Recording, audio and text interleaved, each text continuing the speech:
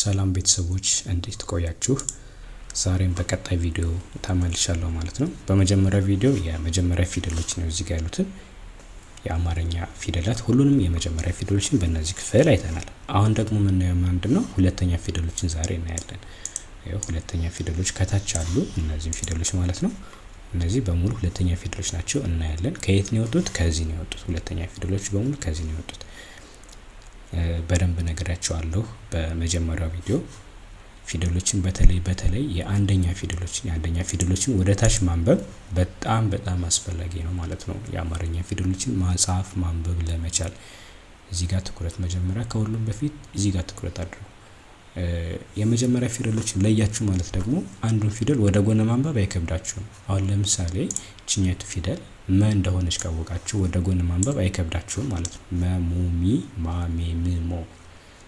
ስለዚህ ይሄ ለምን ይጠቅማችኋል? ወደ ተግባር ስናመጣው አሁን እቺን ፊደል የመ ሶስተኛ ፊደሏን የመጀመሪያውን ካወቃችሁ ወደ ጎን ካወቃችሁ ማንበብ መጥራት ካወቃችሁ፣ ስለዚህ ሶስተኛ አራተኛ ፊደሉን በመቁጠር ራሱ መለማመድ ራሳችሁን አእምሯችሁን ማለማመድ ትችላላችሁ ማለት ነው።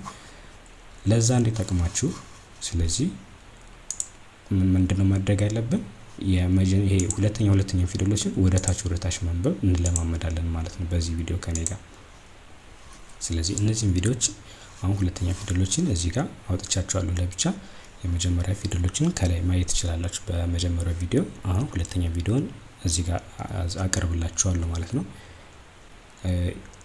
እዚህ ጋር ማንበብ መጻፍ ለነገ የሚባል ጉዳይ አይደለም። ስለዚህ ዛሬ ወስኑና ኦንላይን መማር የምትፈልጉ በተለይ ጊዜያችሁን በአጭር ጊዜ በ2 ወር በ3 ወር እንደዚህ ተምራችሁ ማጠናቀቅ የምትፈልጉ ተማሪዎች ከታች ባለው ስልክ ቁጥር በዋትስአፕ ቴሌግራም ወይም ኢሞ ላይ ብትደውሉልኝ ባላችሁበት ሆናችሁ ጥሩ የቋንቋ ትምህርት ከኔ ጋር ማግኘት ትችላላችሁ። ስለዚህ ይሄንን ለማስታወስ ነው። አሁን ወደ ፊደሎች እንሄዳለን። የመጀመሪያው ፊደል አሁን የሃ ቤት ነው። የሃ ሁለተኛ ሁ ነው። ቀጣይ እንሄዳለን። ሁ ሉ ሁ። ያው ሁ ሉ ሁ። ሙ ሱ ሩ ሱ ሹ ቁ ቡ ቡ ቡ። ይሄኛው ቡ ነው። ይሄ ቡ። እንደገሙ ከመጀመሪያ ጀምረን ሁ ሉ ሁ ሙ ሱ ሩ ሱ ሹ ቁ ቡ ቡ።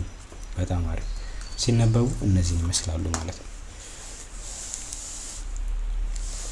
ቀጣይ ፊደሎች ደግሞ ከዚህ ጋር እንጀምራለን። የመጀመሪያው ማን ነው?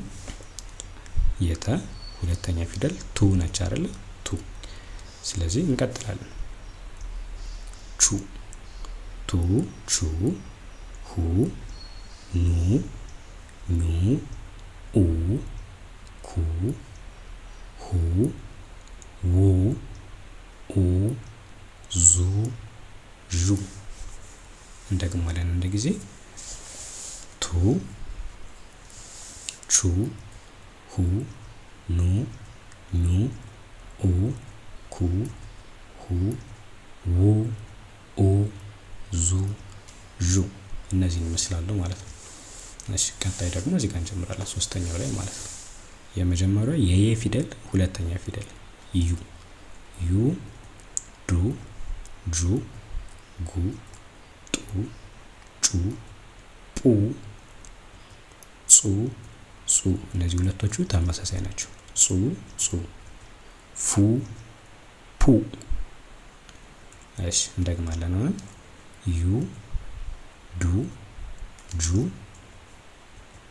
ጉ ጡ ጩ ጡ ጹ ጹ ፉ ፑ። ፊደሎቹ ይህን ይመስል ነበር። እንደ አይነት አስተማሪ ቪዲዮዎች እንዲደርሳችሁ የኛን ቻናል የዩቲዩብ ቻናል ሰብስክራይብ በማድረግ አባል ሁኑ፣ ቤተሰብ ሁኑን። ይህን ቪዲዮ ከወደዳችሁት ደግሞ ላይክ፣ ኮሜንት አስተያየታችሁን ጻፉልን። ከልብ እናመሰግናለን። ሰላም።